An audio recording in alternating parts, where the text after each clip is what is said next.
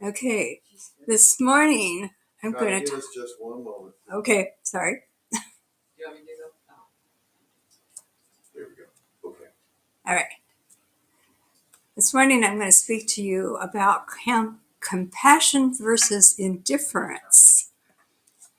So we got to know about compassion, right? We have to know about compassion because it's better than the indifference. It's easy to judge, it's difficult to understand. Understanding requires compassion, patience, and a willingness to believe that good hearts sometimes choose poor methods. Through judging, we separate. Through understanding, we grow. This is from Zoe Zamato. How many of you remember hearing stories of how people often stand back and see someone in need of help? They just stand back and they don't do anything. This certainly has shown up a lot in stories over the years. I can remember hearing on the news years back about how someone right on a busy New York street had been beaten over the head, mugged, and their purse stolen. They're laying on the sidewalk, bleeding, and people are just standing around. Why does this happen? What keeps people from making the commitment to step forward and help others? It's a lack of compassion. It's indifference. What a sad state of affairs this is. It certainly doesn't speak highly of human nature when it occurs within our society. However, there is another side to the story from this indifference, and that is for a person to step out of the crowd and give from their heart in an act of compassion and loving kindness. I remember seeing on Facebook one time someone had posted this story about this young woman named Sharon and this older woman named Gracie. Gracie was standing in a crowd of people on a corner waiting to cross the street. And when the sign changes and the people start moving across the street, they bump into her and everything, and she's standing there like looking up the street, looking across the street, just in a state of confusion. Sharon, who's been watching from a little distance, notices this. So she goes over to Gracie and she says, "Can I help you? You seem like you are lost." And she says, "I am lost. I'm supposed to be at the doctor's clinic. I have an appointment. He wanted to see me again. But I don't know which way to go. I don't know if I'm supposed to cross the street or I'm supposed to go up the street. I can't remember where this clinic is." Sharon says, "I know where you need to go. I will help you." So on the way, they chatter back and forth and kind of get to know each other as people too, and walk into the clinic and they wait for the doctor. Of course, they have to wait for a half hour. You know how it is in clinics. I can remember waiting a very long time in some of them. When she finally gets in to see the doctor, Gracie is told, "I cannot do anything for you unless you have a family member with you." So the receptionist is kind enough to give Sharon Gracie's home phone, and she phones. But Gracie is widowed, and she lives with her son and her not so kind daughter-in-law. And her daughter-in-law refuses to come and get her. So Sharon kindly walks her home. And when they get there, and she knocks on the door, the daughter-in-law opens the door and she says to Gracie, "Well, you've done it again, have you?" Making Gracie feel very ashamed. And she never even speaks at all, not one word to Sharon, and just slams the door in her face. what do we learn from this story about the difference between compassion and indifference? The indifference was shown by the people that surrounded her when she wanted to cross the street. No one was paying any attention at all to anyone else but themselves, probably on their cell phones as they went across the street. The doctor was indifferent to the fact that Gracie was in a state of confusion and this person had brought her in. No, got to follow the rules, got to have that family member there. That, too, was lack of compassion. And the daughter-in-law, well, what can I say? I'm sure you recognize that the daughter-in-law certainly was being very indifferent and very unkind. But on the other hand, we saw unconditional love and compassion coming from Sharon. We also saw it from the receptionist that was giving her the phone number. And that is where we need to come from. We need to come from compassion and caring and unconditional love towards our brothers and sisters, towards everyone, towards everything in this whole world. This whole world really needs that upliftment of energy. I can remember a few years back, Jennifer Rockroth, one of our other ministers, told a little story that I can't quite remember all the details of, except that she and a friend were either going to the beach or I think coming back from the beach, and they saw this car accident. And they saw this woman and child standing there. And they went on by at first, but Jennifer had a strong feeling, probably right here in her heart center, that we need to go back and see if we can help. They were able to just stand with the lady and her little daughter while they waited for help. They had not seriously been injured, thank heavens.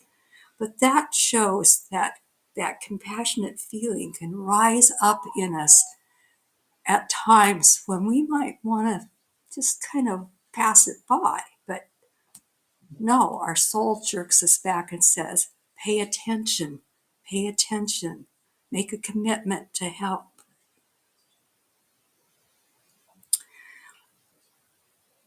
Another story that I remember was in a woman's weekly magazine. They always had a story in the back of it that said, was this an angel?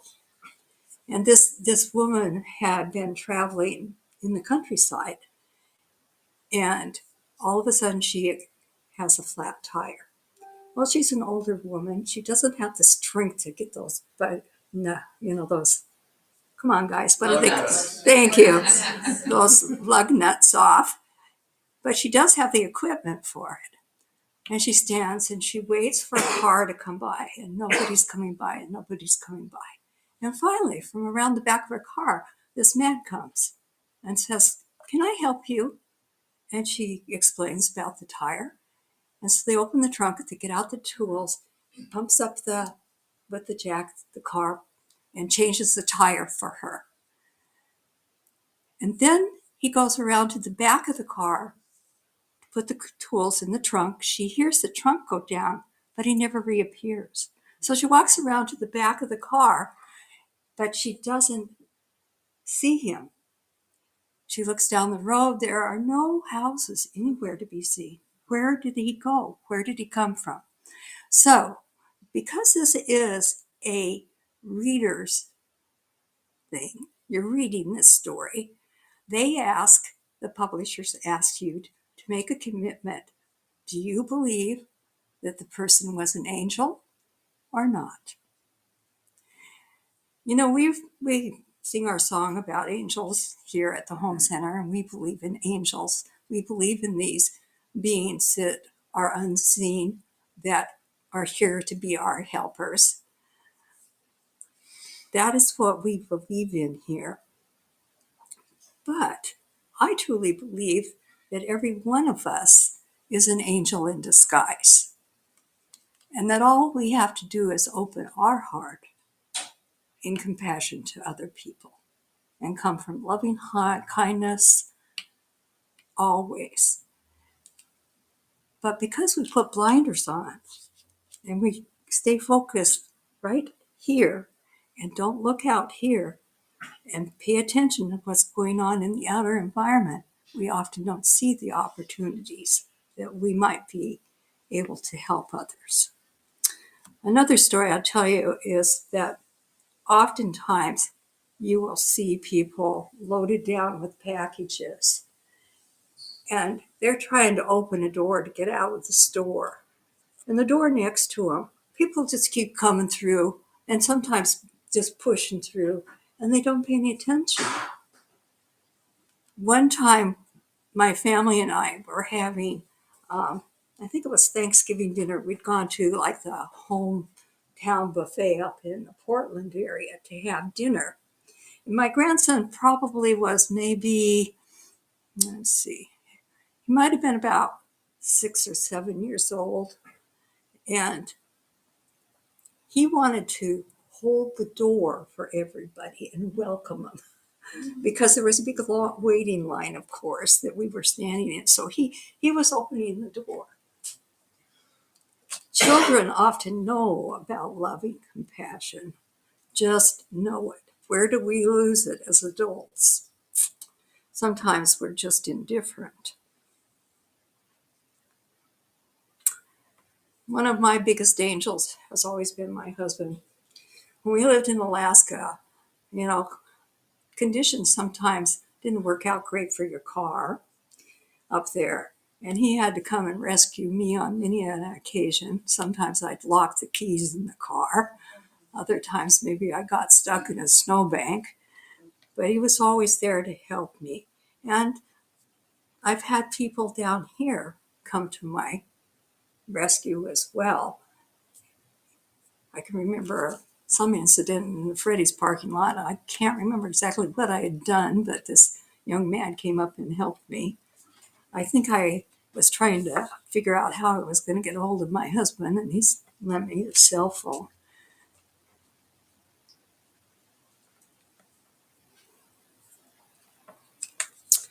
Just give me a moment to see where I am here. Okay. I have a quote from Richard Rudd. He wrote Gene Key's book, which is a very interesting book, and he has this to say about indifference. One of the most powerful and pervasive forces that keeps us from perceiving a higher reality is indifference. As long as you are indifferent, you can't be different. And as long as you are focused on the inessential, anything that takes your attention away from the present moment, you will be indifferent to the things that really matter. How can you hear your soul calling to you if you're just caught up in all the busyness of the outer world? That's kind of what he's saying here. When we return to the story of Gracie and Sharon and examine the fact that Gracie was trying to cross a busy intersection where there were many people waiting for the walk sign to come on, telling them that it was safe to cross, and yet no one but Sharon took in the fact that in that moment, Gracie seemed to be confused as to what to do. This is the tendency to always want to follow the crowd. For fear the person will fear that they will stand out as being different if they don't do what the energy of the crowd is telling them. So it takes courage to walk away from that. One of the images that's coming to my mind is like of a mob that wants to hang him in the old Westerns. And then some guy on a white horse comes and he does something, and the guy, when he's about to fall through, saves him, right? because he's compassionate. And the sheriff's having a fit over here because the guy isn't going to get hung. He's indifferent. He doesn't care. Yeah. I have a little poem by Elsie Wiesel. She was a Holocaust survivor. And I hope everyone knows what the Holocaust was. It was a terrible thing. And her poem goes like this: the opposite of love is not hate, it's indifference. The opposite of art is not ugliness, it is indifference. The opposite of art is not ugliness, it is indifference. The opposite of faith is not hearsay, it's indifference. And the opposite of life is not death, it's indifference. Certainly at a time that we call the Holocaust, those Germans, the Gestapo, were certainly indifferent. They took children away from families. They were brutalizing people. It was just not a good situation. And yet others, sometimes neighbors, who were not of the same faith, took the risk of taking the Jewish people into their homes and hiding them. I can remember reading the story of Anne Frank when I was a girl, and how hard it was for a young girl to have to stay in an attic and stay quiet all day long for fear, out of fear. Because fear is the big bugaboo in our society.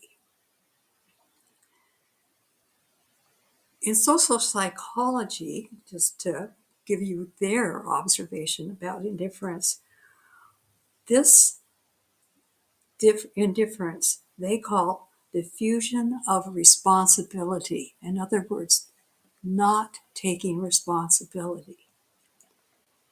Meaning the human preponderance to look away when confronted by another person's distress or suffering.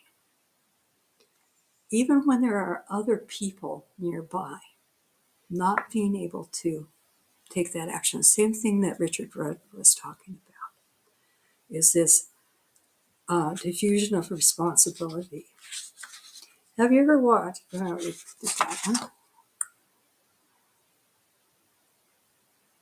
because, and he goes on to end by saying, because only courage and enthusiasm have the power to break through the collective negative energy to a higher, it causes like an inertia state where the person just can't move. He says the collective energetic walls created by indifference and inertia, can they break through that? The diffusion of responsibility, as it is called in social psychology. There can be a lot of, wait a minute. He also goes on and he talks in each of his gene presentations, he talks about the shadow side that can be, you can inherit this in your genealogy, really, is what he believed. And the shadow side of indifference has a great deal to do with holding one back from discovering the desires of their heart and their higher self. And if they become very indifferent and don't take action to change that, it can actually cause them to be in a very bad place. Is what he goes on to say. They don't develop the skills to learn to have a good life. But that's only earned by being compassionate and loving.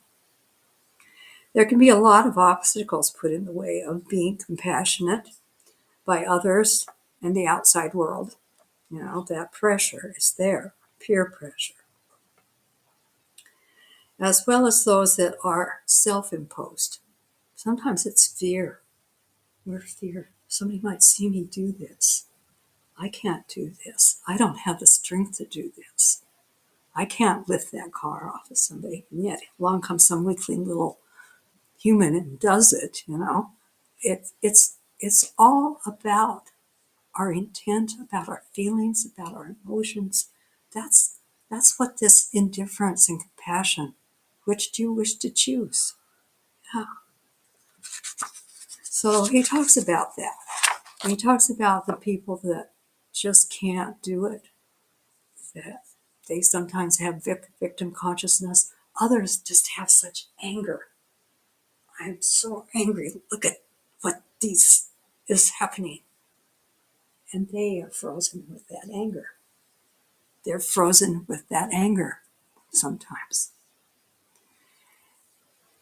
As humankind moves out of indifference, it will no longer be possible to be taken into this fear and this standby behavior as victim consciousness on our planet is now dissolving. Isn't that wonderful? Yes, it's dissolving as humanity is learning their true nature to be compassionate and loving instead of indifferent. The old consciousness, that old way of just turning your back, not looking out into the world, not being aware, is melting away from us. See more acts of compassion today than ever before starting to happen. I don't know how this developed, but I can tell you that when I was a child, I don't remember the level of indifference that now exists in our world. It wasn't there. Neighbors cared about neighbors. Parents cared about their children and cooked them breakfast. These days, there's so much fear out there.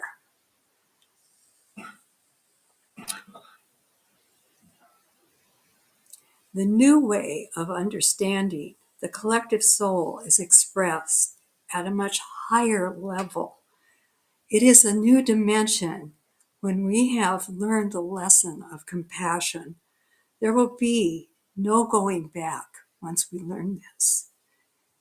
Every time one feels a new energy of compassion, consideration, generosity, patience, desire to help, a desire to be loved, they are feeling the collective soul.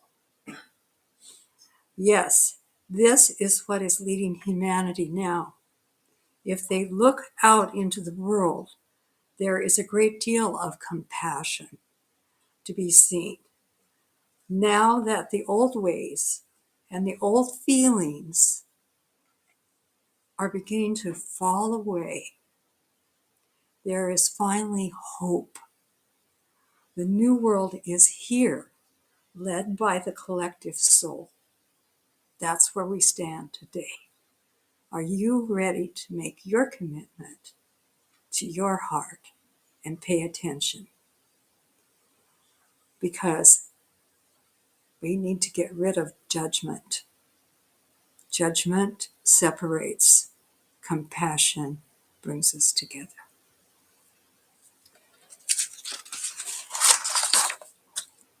Okay, that was a pretty tough lesson, I know.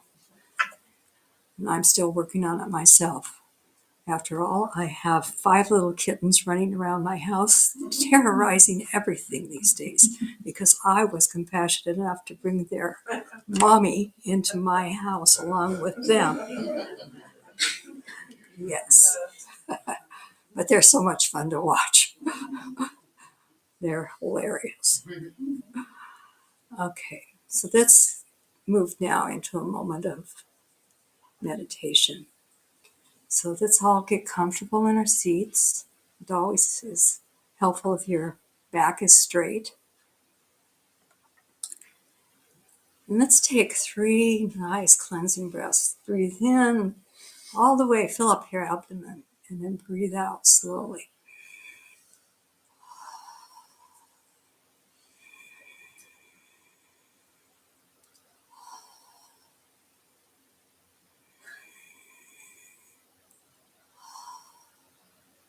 Okay, let's give the sound of creation, which is ah, ooh, One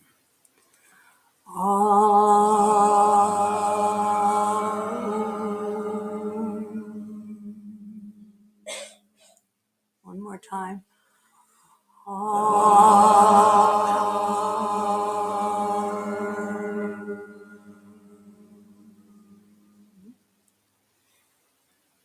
we're going to do just a little bit of a visualization. Let us go into our heart center, which is located right in your upper chest. And we're going to see a bright light of spirit there. And we're going to send that forth as a blessing to all of our community, all of those members that are here, all of those members that are not present with us right here. We're sending this energy to our metaphysical community. So see that light right from your heart, expanding outward, and embracing the home center, embracing the other communities of people's meeting this morning. And when you're ready, we're going to continue to send that out, and we're going to send it to surround Salem, surround the whole community of Salem, ever outward. Let's send it around Oregon. Let's send it around the United States. And let's send it to every continent, every peoples, every animal, every plant, every mineral, every elemental that dwells on this planet and within this planet. And most of all, we send that energy right into the center of Mother Earth. Breathe.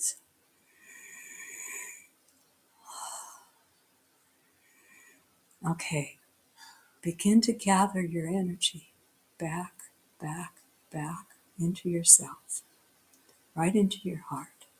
Now, send it throughout your body to every single cell within your body. See your body becoming a body of light, a body of energy, sparkling. See your whole aura filled with this light. It surrounds you for up to 26 feet beyond your body. You can even view it as sparkling in the colors of the rainbow if you wish.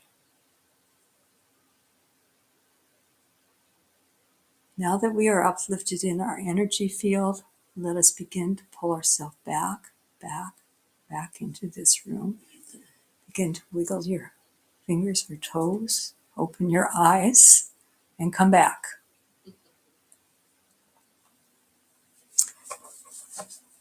Okay.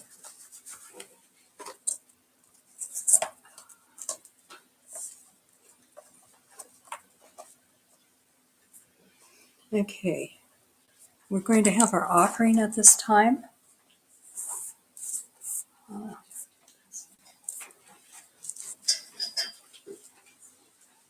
So I ask you to take your gift to the home center into your hands.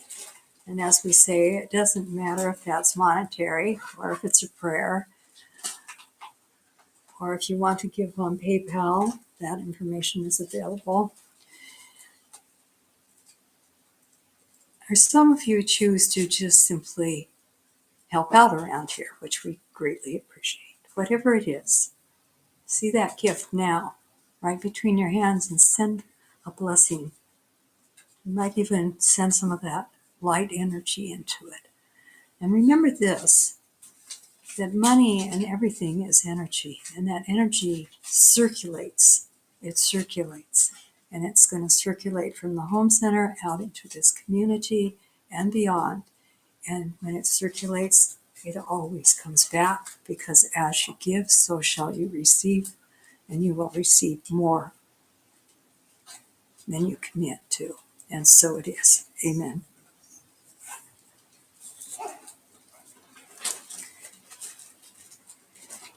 Dick usually reads an inspirational story, which he is unable to do today. So Reverend Madge will be doing that.